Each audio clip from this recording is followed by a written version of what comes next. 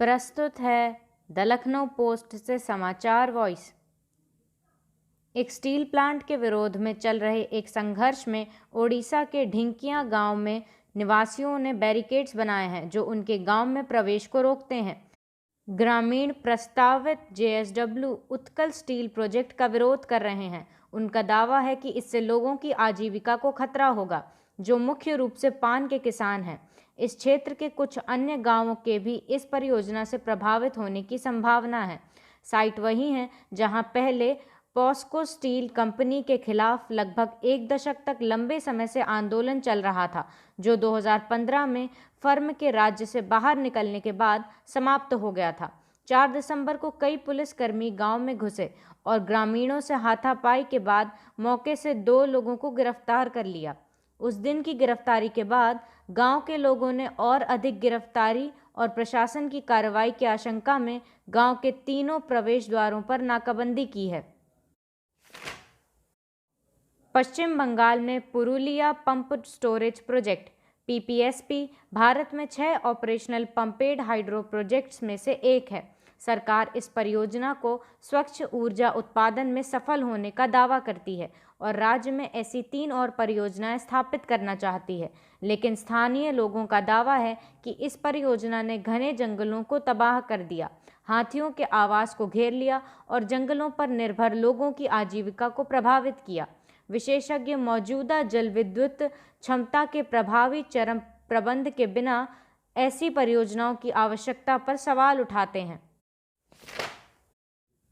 उत्तर प्रदेश के ग्रेटर नोएडा में करीब 51 गांवों में सीवेज निकासी ने बड़ी समस्या पैदा कर दी है।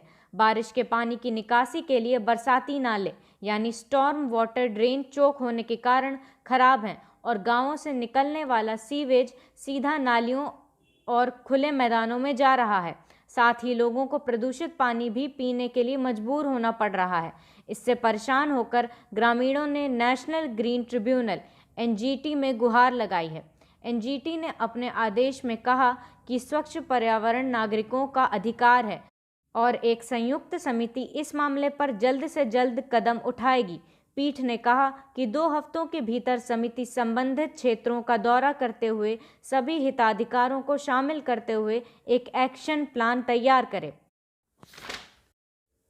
2 हफ्तों में ही कोरोना के सक्रिय मामलों में 9 गुना बढ़ोतरी हुई है। देश में सक्रिय मामलों की संख्या अब बढ़कर 8,21,000 से अधिक हो गई है और पिछले 24 घंटों में 1,68,063 नए मामले मिले हैं और 277 लोगों की मौत हुई है।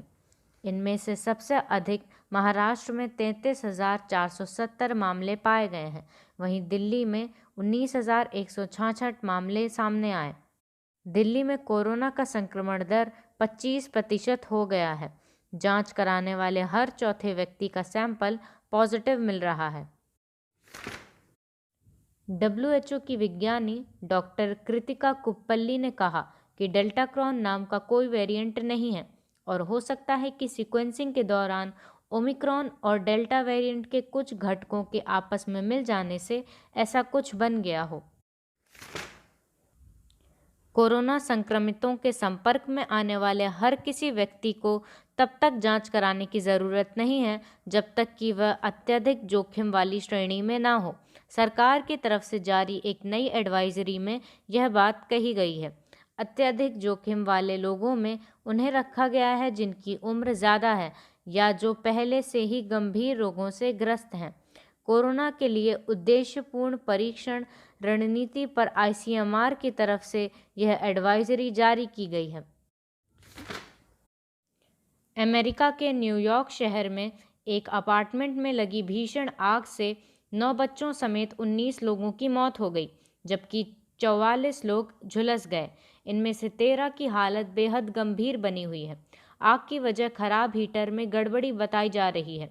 50 साल पुरानी इस इमारत की 3री मंजिल से आग शुरू हुई थी।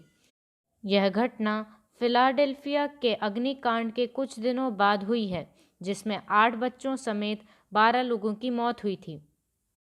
नमस्कार, शुभ रात्रि।